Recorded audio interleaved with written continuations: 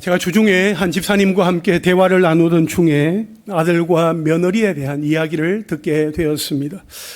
아들의 결혼식을 앞두고 예비 며느리가 인사를 왔을 때에 집사님은 며느리가 될 자매에게 집안 형편이 어떠냐, 공부는 어디까지 했냐, 직장은 어디 다니냐, 결혼 자금은 좀 준비를 했냐, 그런 것을 물은 게 아니라 구원의 확신이 있냐, 구원의 확신이 있는지를 물었다고 합니다. 여러분, 그 집사님의 바깥 사도는 어떻게 했을까요? 집사님의 아들이 예비 장인 어른을 만나서 인사를 드리러 갔는데 그 자리에서 장인 어른이 집사님의 아들에게 이렇게 묻더랍니다. 자네, 구원의 확신이 있는가? 집사님의 아들은 구원의 확신이 있었기에 분명히 구원의 확신이 있다고 대답을 하니까 예비 장인 어른이 그렇게 좋아하시더랍니다. 양가의 아버지가 참 훌륭하다 하는 생각을 했습니다. 그 집사님의 아들과 며느리는 결혼하여서 지금도 강원도에 있는 한 교회에서 신앙생활을 잘 한다고 합니다. 젊은 부부가 참으로 귀하다 하는 생각을 했습니다. 우리 교회에도 구원의 확신을 가지고 믿음으로 살아가는 젊은 부부들이 늘어나고 있습니다. 참으로 감사한 일이지요. 여러분, 사람이 이 땅에 태어나서 부모님의 손에 이끌리거나 타인의 전도를 받아서 교회에 다니기 시작합니다. 이 땅의 새 삶이 전부가 아니라 이 땅을 떠난 이후에 주어질 영원한 세계가 있음을 알기에 예수를 믿음으로 말미암아 구원을 받아 신앙생활하는 것이 참으로 귀중하다는 것을 잘 압니다. 그래서 주일을 성수하며 맡은 바 직분과 직책을 성실하게 감당하려고 합니다. 그런데 우리가 믿음으로 살아가고자 할 때에 사탄 마귀는 우리를 가만히 내버려 두지 않습니다. 우리는 지금 종말의 때를 살고 있습니다. 종말은 미혹의 시대입니다. 날이 갈수록, 달이 갈수록, 그리고 해가 갈수록 더욱 혼탁해져만 가는 이 시대에 수많은 미혹의 순간에도 우리가 흔들리지 아니하고 믿음으로 살아갈 수 있도록 항상 무장해야 할 것은 무엇인가 생각을 해보았습니다. 저는 그것이 복음이라고 생각을 했습니다. 복음은 좋은 소식, 기쁜 소식입니다. 죄와 허물로 죽었던 우리를 위해 하나님의 독생자 예수 그리스도를 이 땅 가운데 보내어 주셨고 그를 믿는 자마다 멸망하지 아니하고 영원한 생명을 얻게 된다는 그 소식은 우리에게 소망이 되는 것입니다. 사도 바울은 로마서 1장 16절에서 이렇게 말합니다. 내가 복음을 부끄러워하지 아니하노니 이 복음은 모든 믿는 자에게 구원을 주시는 하나님의 능력이 됨이라. 먼저는 유대인에게요 그리고 헬라인에게로다. 여러분, 복음은 모든 믿는 자에게 구원을 주시는 하나님의 능력입니다. 복음은 기쁨입니다. 감격입니다. 눈물입니다. 감사입니다. 그리고 통곡입니다. 복음이 무엇인지 아는 사람은 철저하게 하나님 앞에 엎드리게 되어 있습니다. 하나님 앞에 엎드리게 될 때에 하나님의 그 은혜로 말미암아 내가 구속 곧 죄사함을 받았구나, 내가 살게 되었구나, 그 기쁨과 감격을 가지고 하나님 앞에 통곡하면서 눈물로 하나님 앞에 기도하는 가운데 그 사람의 삶은 변하게 되어 있습니다. 그래서 우리는 복음으로 살아가야 합니다. 오늘 설교의 제목인데요, 한번 따라 하실까요? 복음을 기억하고 살아가라. 여러분, 오늘 본문은 하나님의 계명을 순종하지 않고 방종한 삶을 살면서도 사랑이라는 미명하에 거짓 가르침을 전하는 자신들을 영접할 것을 요구했던 자들을 경계해라, 주의해라, 그렇게 권면하는 내용입니다. 전통적으로 유대인들은 손님 접대를 이웃 사랑의 실천이라는 측면에서 큰 미덕으로 생각을 했으며 그것은 초대교회 안에도 그대로 이어졌습니다. 그리고 신약에서도 손님 대접에 대해서 누차 강조하고 있습니다. 그런데 이러한 초대교회의 아름다운 전통을 악용하여 자신의 사리 사욕을 채우려고 하는 자들이 있었습니다. 사도 요한은 이들에 대하여서 어떻게 해야 할 것인지에 대한 마음을 담아서 편지를 기록을 한 것이죠. 그게 요한 2서입니다. 오늘 본문 말씀으로 한번 들어가 보겠습니다. 첫째로 한번 따라 하실까요? 미혹하는 자를 주의하라. 우리 7절 말씀을 함께 읽겠습니다. 시작. 미혹하는 자가 세상에 많이 나왔나니 이는 예수 그리스도께서 육체로 오심을 부인하는 자라. 이런 자가 미혹하는 자요 즉 그리스도니. 아멘. 사도 요한은 오늘 본문에서 자신이나 이 편지를 받게 되는 수신자들이 아닌 제3의 인물을 언급합니다. 그들은 바로 미혹하는 자요 즉 그리스도로 표현되는 거짓 교사들입니다. 미혹하는 자란 판단력을 흐리는 자, 속이는 자, 길을 잃게 만드는 자라는 뜻으로 이단들의 특징이 진리 가운데 있지만 아직 굳세지 못한 성도들의 판단력을 흐리게 하고 그들을 속여서 진리에서 탈선하여 길을 잃어버리게 만드는 것입니다. 따라서 이단들이 이끄는 길을 따라가는 자는 결국 망하게 됩니다. 여기에 보면 예수 그리스도의 성육신을 부인하며 성도들을 미혹했던 자들을 적그리스도라고 표현을 했는데 그들은 영지주의자들을 가리킵니다. 그들은 육체는 악하고 영혼은 선하다고 주장을 했습니다. 그들은 예수 그리스도가 육체로 오셨음을 부인하고 육체적인 범죄를 용인하여 성적인 문란을 조장하였고 더 나아가 성도 간에 반드시 나누어야 할 사랑의 계명까지도 왜곡시켜서 사랑의 행함을 약화시켜버리고 말았습니다. 또한 그들은 가연설을 주장을 했습니다. 도케티즘 그렇게 우리가 말합니다만 이것은 물질은 본래 악한 것이기 때문에 하나님의 아들이신 예수는 물질적인 육체와 결합할 수 없으며 다만 그토록만 육체의 형태를 취했다 그렇게 주장하는 이론입니다. 그래서 그리스도가 이 땅에 있을 때에는 유령 같은 존재였을 뿐 실제로 육체를 갖고 있지 않았다 그렇게 주장을 했습니다. 그리하여 그들은 그리스도가 물질, 육체가 없이 태어났으며 생전에 그가 겪은 고통, 십자가 순환은 모두 환상이다 그렇게 주장을 했습니다. 그 결과 그리스도의 부활과 승천을 부정했습니다. 그래서 사도 요한은 그들이 부인하는 예수님의 성육신이 분명한 역사적인 사건임을 강조하기 위해서 7절 중반전에 예수 그리스도께서 육체로 오심을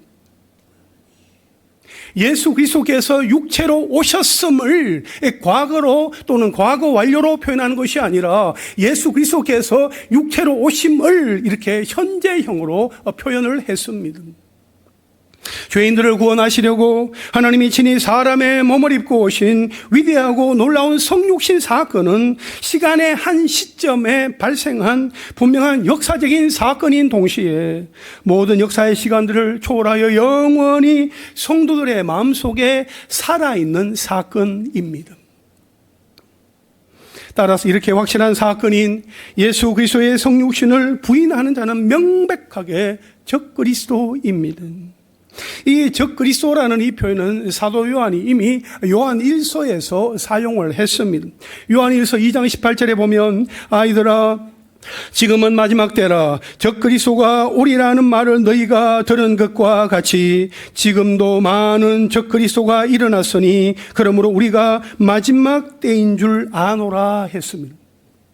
적그리스도가 많이 일어났다는 거죠. 그것을 보니까 마지막 때구나 또 깨닫게 된다는 거지요. 요한일서 4장 3절에 예수를 시인하지 아니하는 영마다 하나님께 속한 것이 아니니 이것이 곧 적그리스도의 영이니라. 오리라 한 말을 너희가 들었거니와 지금 벌써 세상에 있느니라. 적그리스도, 예수 그리스도를 대적하는 무리들이 많이 있음을 말하고 있는 것입니다. 여러분, 적그리스도란 그리스도로 자신을 가장하여 그리스도를 대항하는 자를 말합니다. 적그리스도의 세 가지 특징이 있습니다. 첫째, 그리스도인과의 정상적인 교제를 거부합니다. 둘째, 참된 성경적인 교리를 거부합니다. 예를 들어서 예수님이 그리스도다 하는 그 사실을 부인하고 부정하며 삼위일체를 인정하지 않습니다. 셋째로, 성도들을 미혹합니다. 그렇게 성도들을 미혹하는 적그리스도를 어떻게 해요?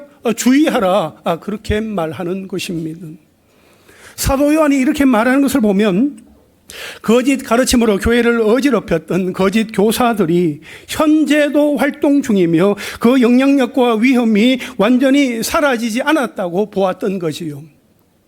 이것이 이 사도 요한의 편지를 받아드는 그 수신자들로 하여금 진리와 사랑의 계명에 더 집중해야 하는 이유이며 혹시 있을지도 모르는 거짓 가르침을 전하는 자들을 조심하라고 한 경고의 근거가 되는 겁니다.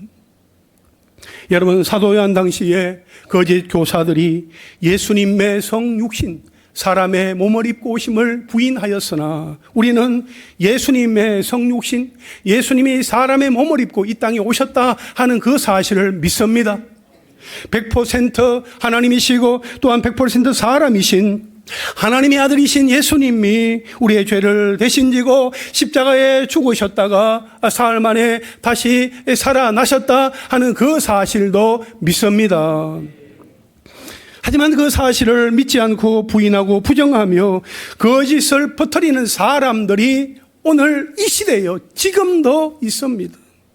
마태복음 24장 5절에 많은 사람이 내 이름으로 와서 이르되 나는 그리스도라 하여 많은 사람을 미혹하리라. 내가 예수다.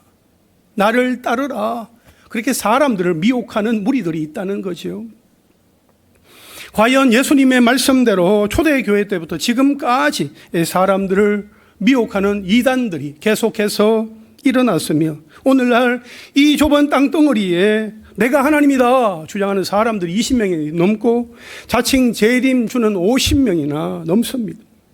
이들 가운데는 자신이 다윗 왕이라 주장을 하고 엘리야라고 하다가 심지어 어머니 하나님, 하나님의 부인이다 그렇게 주장하는 사람까지 등장하고 있는 실정입니다. 현재 우리나라에서 활동하는 대표적인 기독교 이단 단체들이 있습니다. 먼저 신천지 예수교 증거 장막성전 무료 성경신학원이라는 단체의 교주는 이만희입니다. 아준 인수격의 성경풀이가 특징으로 이만희를 보혜사로 신봉합니다. 또한 신천지만이 구원의 처소이며 14만 4천이라는 그 숫자를 채우기 위해서 포교 활동을 열심히 해왔는데 아마 지금 그 숫자를 넘긴 것으로 보고 있습니다. 기성교회 교인들을 미혹하기 위한 무료 성경신학원이 전국에 산재해 있고 청년들을 타겟으로 한 문화센터 전략도 활성화했습니다. 요즘은 장로교 간판을 걸고 땡땡 교회, 땡땡 성교회, 땡땡 협의회 등 정통교회 기관과 비슷한 이름을 사용하여서 성경 공부를 유도하며 선교사를 사칭하고 있어서 여전히 특별한 주의가 요망됩니다. 다음으로 안상홍 정인회, 하나님의 교회, 세계 복음화 선교협의회, 김주철 장길자가 대표적입니다. 안식교회에서 분파된 이단 단체로서 설립자 안상홍이 1985년도에 사망을 했는데 안상홍을 재림 예수로 믿고 안상홍 이름으로 기도합니다. 안상홍이 죽은 이후에 김주철이 장길자를 우상시하면서 그렇게 해서 그 집단을 계속해서 지금 끌어오고 있습니다. 유월절과 절기를 철저하게 지켜야 구원을 받는다고 주장하면서 토요일 안식일을 지킵니다. 또한 1988년 종말이 온다. 그 시한부 종말론을 주장을 했다가 무리를 일으킨 적이 있습니다. 이들은 가하호호 방문하고 멜기세덱 신학원 등의 이름으로 설문조사를 빙자해서 포교 활동을 하고 있습니다. 그 다음으로 구원파 권신찬, 박옥수가 대표적입니다.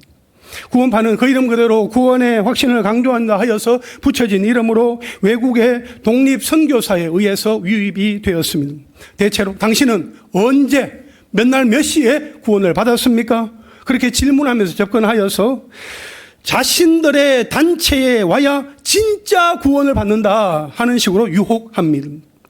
현재 구원파는 세 종류로서 원류인 이미 죽었습니다만 권신찬 유병원에 의해서 시작된 기독교 복음 침례회와 박옥수 기쁜 소식 선교회로 대표되는 대한예수교 침례회 그리고 이요한이라는 인물이 주도하는 생명의 말씀 선교회가 활발히 활동하고 있습니다.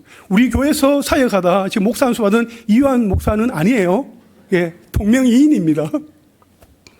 다음으로 여호와의 정인 왕국회관입니다. 1890년대에 미국인 러셀이 만들었습니다. 여호와의 정인은 삼위일체를 부정하고 지옥 부재설, 영혼 멸절설을 주장합니다. 여호와의 정인 왕국회관만 진정한 교회라고 주장을 하면서 피는 생명과 일체라는 근거에서 수혈을 거부합니다. 또한 국가를 사탄으로 간주하는 그 교리에 근거하여서 병역 의무를 기피하고 집총을 거부합니다. 그래서 양심적 병역 거부자 대부분이 여호와의 증인들, 신도들입니다. 우리 교회 저기 대성병원 앞 횡단보도에 보면 파수대라는 그 책자를 걸어놓고 남성들과 여성들이 이렇게 시간을 이렇게 교대하면서 이 포교 활동을 하는 모습들을 아마 여러분들도 보았을 것입니다.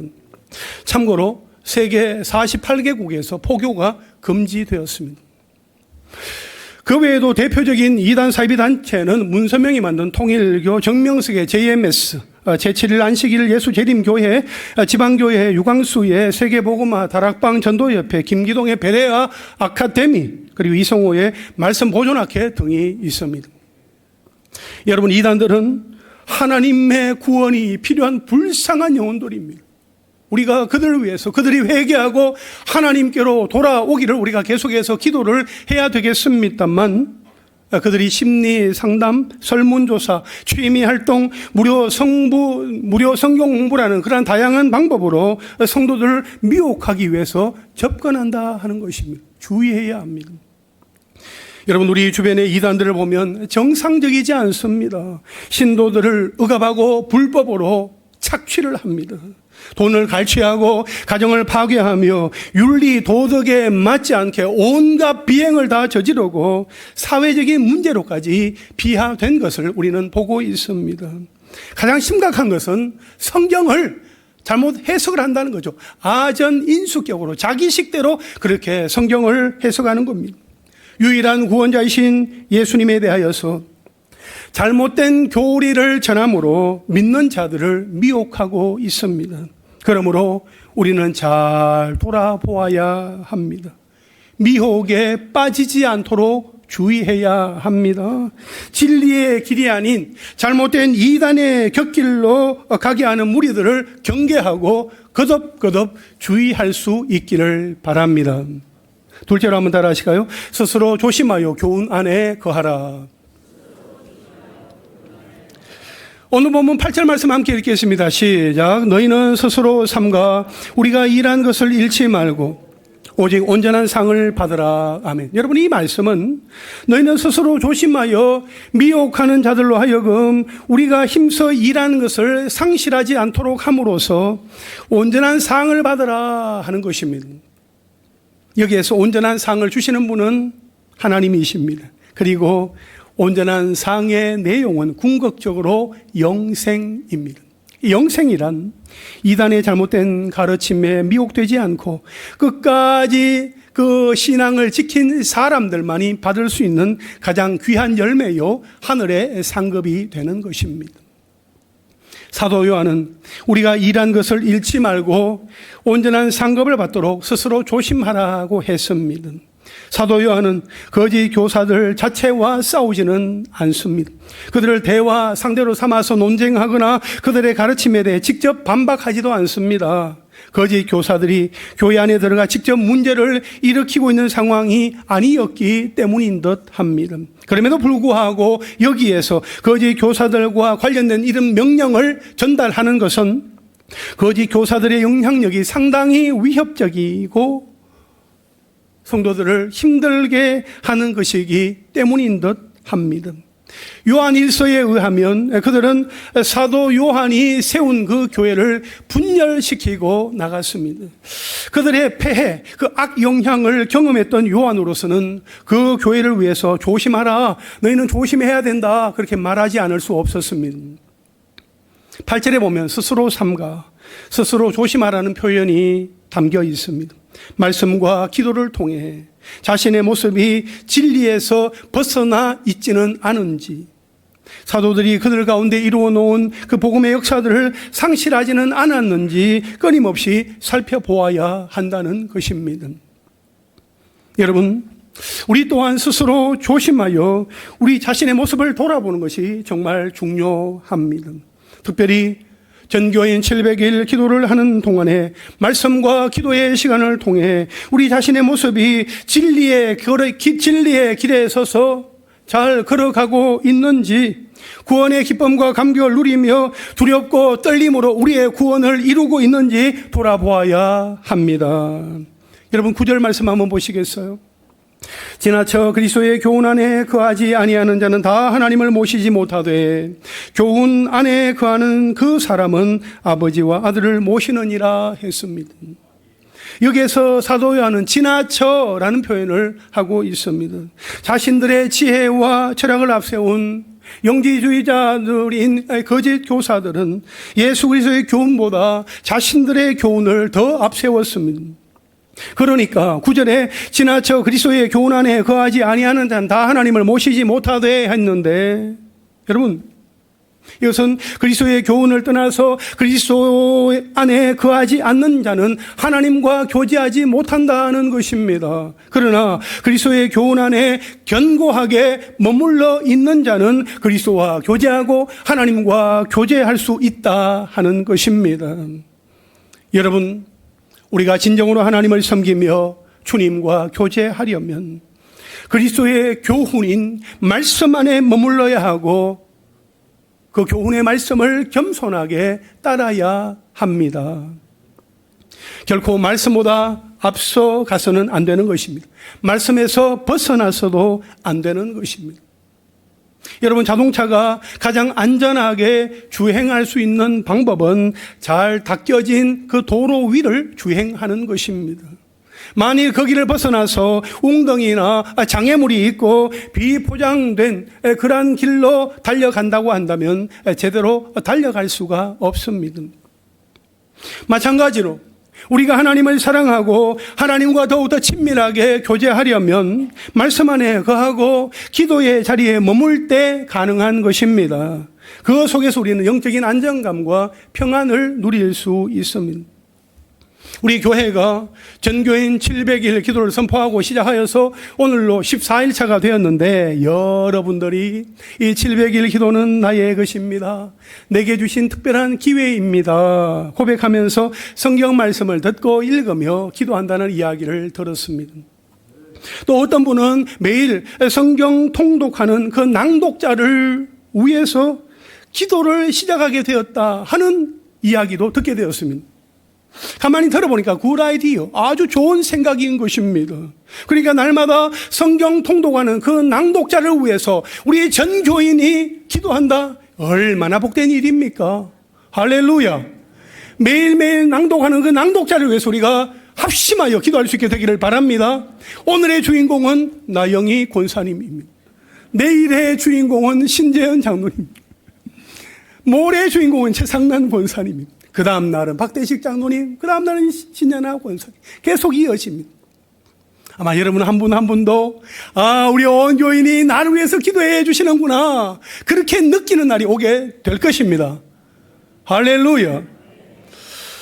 여러분, 우리가 성경을 아침마다 듣고 눈으로 읽으며 기도의 시간을 가지게 될 때에 우리가 다 함께 그 성경 낭독자를 위해서 기도하고 나라와 민족을 위하여 기도하고 교회를 위하여 기도하며 우리 개인과 가정을 위해서 기도할 수 있게 되기를 원합니다. 장례식장에서 목사님께서 우리 민족을 위해서 기도합시다, 민족을 위해서 투표합시다, 그런 말씀을 목사님이 하셨어요. 사실 저도 저희 아버지가 한북 경성에서 태어나셨기 때문에 그런 얘기를 이렇게 늘 하셨어요. 북한에 대한 얘기, 공산당에 대한 이야기. 할아버지가 북한 공산당의 총에 순교를 당하셨기 때문에 공산당이라 그러면 치를 뜨시는 겁니다.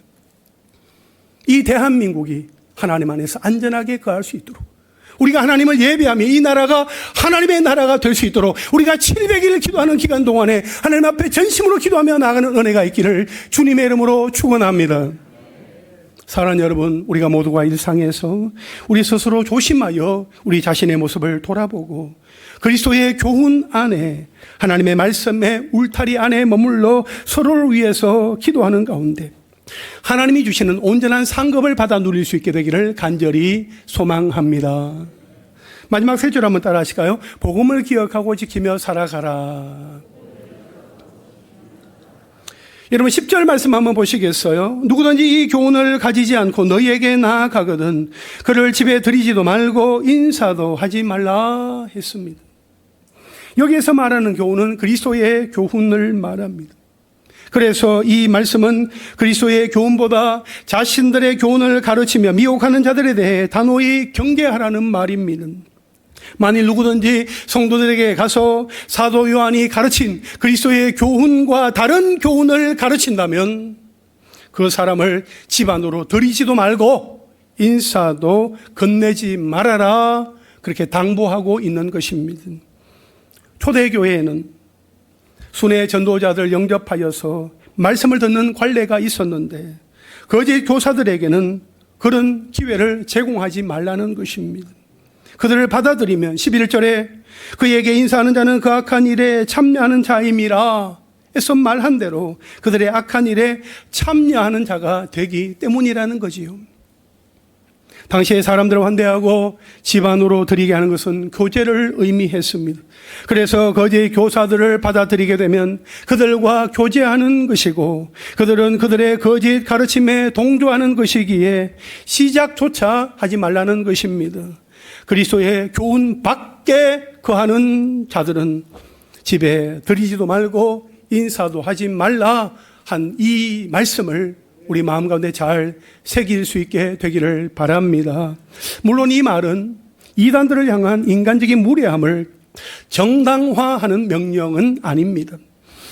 이단 거짓 교사들도 하나님의 구원이 필요한 불쌍한 영혼들이지만 그들을 가까이 하고 교제하는 일이 미혹의 빌미를 제공하는 일이 되지 않도록 주의해야 한다, 또 신중해야 한다 하는 것입니다. 어쨌든 거짓 교사들이 돌이켜 회개하지 않으며 그리스도의 가르침을 따르지 않을 경우에는 그들을 가정교회의 모임에 초청하지 말고 그들의 악한 일에도 동조하지 말라는 뜻입니다. 동시에 사도 요한은 12절에서 내가 너희에게 쓸 것이 많으나 종이와 먹으로 쓰기를 원하지 아니하고 오히려 너희에게 가서 대면하여 말하려 하니 이는 너희 기쁨을 충만하게 하려 함이라, 이렇게 말하고 있습니다. 거짓 교사들이 아닌 사도 요한이 생각하고 있는, 기억하고 있는 성도들, 그들과는 직접 만나서 교제하는 가운데 더 큰 기쁨을 맛보기를 원했다 하는 것입니다. 사도 요한은 그렇게 진리와 사랑을 나눔으로써 공동체를 든든하게 세우고 싶어 했습니다. 그는 그의 공동체가 거짓 교사들로 인하여서 흔들리는 것을 원하지 않았습니다. 그래서 그리스도의 교훈, 바른 가르침을 전하고자 했던 것입니다.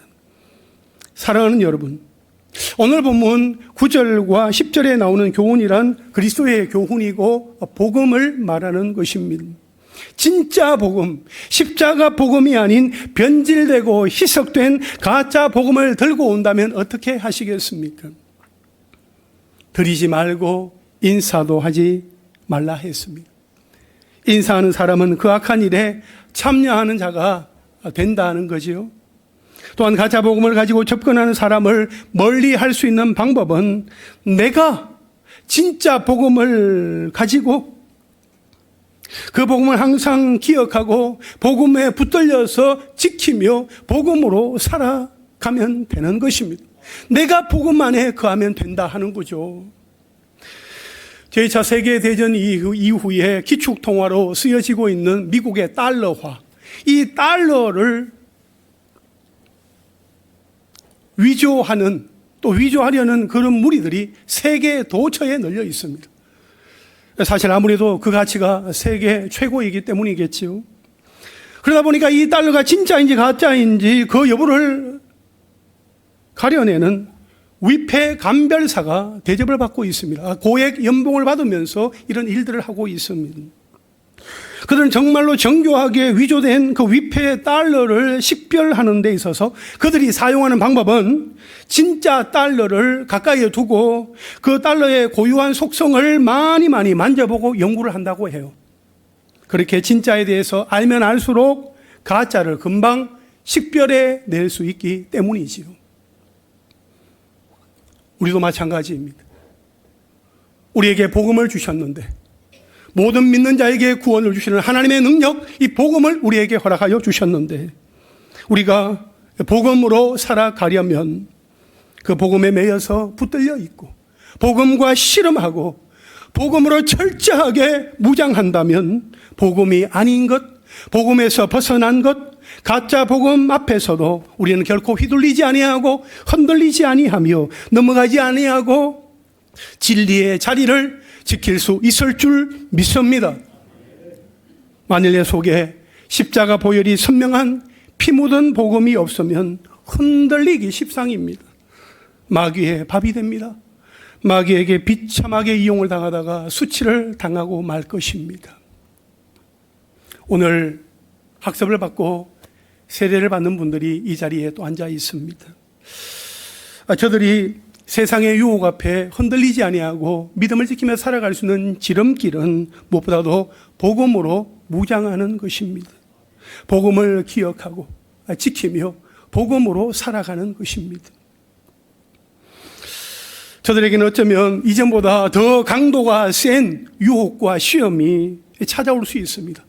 양창호 성도님에게, 우리 서성내 성도님에게, 전양천 성도님에게, 강순금 성도님에게, 천정숙 성도님에게, 그리고 김다연 성도님에게 그런 유혹과 시험이 찾아올 수 있습니다.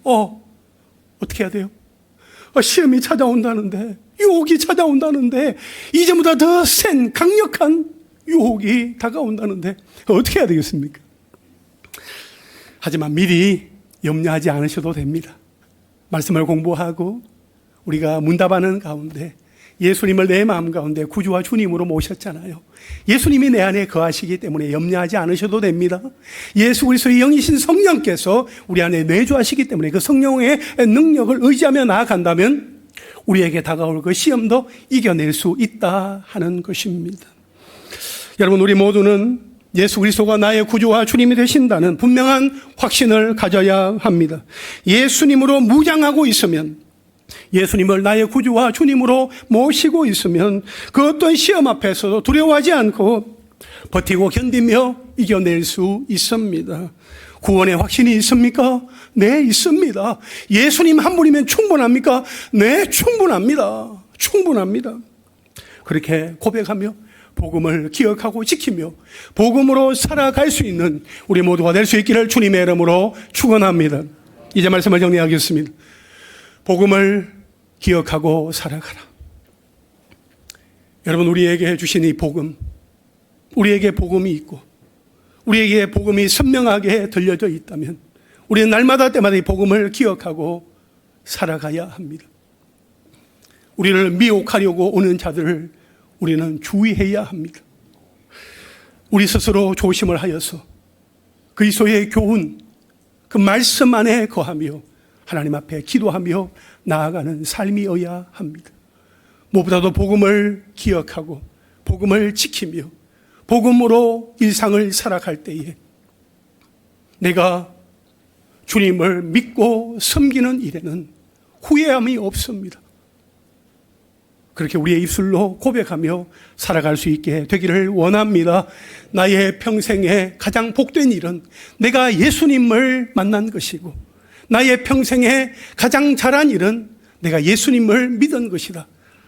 그렇게 찬양의 가사가 있습니다만 그 찬양의 가사대로 우리의 평생을 살아가는 동안에 내가 예수님을 믿음으로 말미암아 내 삶이 새롭게 바뀌었습니다. 변화되었습니다. 그렇게 고백하며 우리의 일상 속에서 복음을 기억하고 복음으로 살아가는 하나님의 사람들 다 되시기를 주님의 이름으로 축원합니다.